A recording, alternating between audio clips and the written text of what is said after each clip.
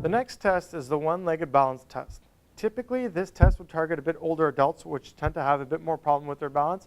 However, it may be appropriate for everybody. It takes a very short amount of time to do, little to no equipment, so it's never a bad idea to do with all your clients. This test is quite simple for your client's perspective. However, it requires a lot more judgment on your part as a tester because there are a lot of termination criteria to consider. So essentially, the purpose of the test is Clara will stand on one leg for as long as she possibly can, and then typically you would use the termination criteria of 45 seconds, at which point we would deem her to have pretty good balance. The other reason you might terminate the test, however, other than fulfilling the test, is if she loses balance, and that can look like a lot of different things. So for example, arms will always be crossed across the shoulders. Let's say I'm raising my right leg. I typically instruct the clients to lift their leg high enough because at this point, my foot's off the ground, but I might mistake it for touching. I might think that it touched even though it didn't, so I could wrongfully terminate the test. So by just having it a couple of inches, it's quite clear that I'm not touching, makes it easier as your job as tester. Now, I might terminate the test if the leg that's raised touches my body at any point. That's termination criteria. If I'm losing balance and I uncross my arms to regain it, that's termination criteria. If you'll see the foot pivoting to try and regain the balance, that would also be termination criteria. Of course, if the foot touches the ground at any point, termination criteria.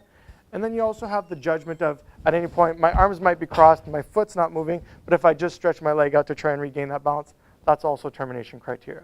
So for all those reasons, you really have to be watchful. There is a judgment call component to it, but you'll get used to it as you practice it. Once I'd be done on one leg, I would switch to the other, another 45 seconds, and then you'll repeat it with your eyes closed. Once again, the same criteria apply. However, with the eyes closed, if I were to lose balance or touch the ground within the first 3 seconds, you would give the client another try for both legs. So keep that in mind. Here I've got the equalizer bars next to Clara as a safety procedure, so that she's aware that if she loses her balance at any time, she can just reach out, grab the bar for stability.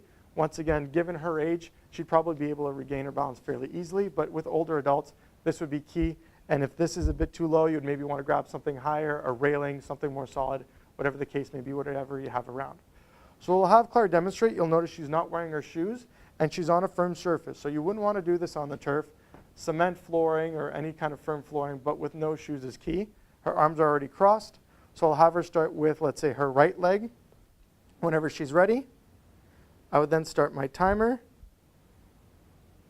And then I'd count the seconds, or I just let it go. But I'm really looking here to make sure this foot is not touching the leg. We can see she's quite stable. She's not moving around very much. A lot of times it helps to instruct your client to focus on a point on the wall in the distance.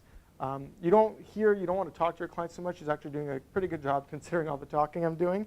But you don't want to keep talking when they're probably really focused on their balance at this point. So let's assume the 45 seconds has gone by. She can lower the leg.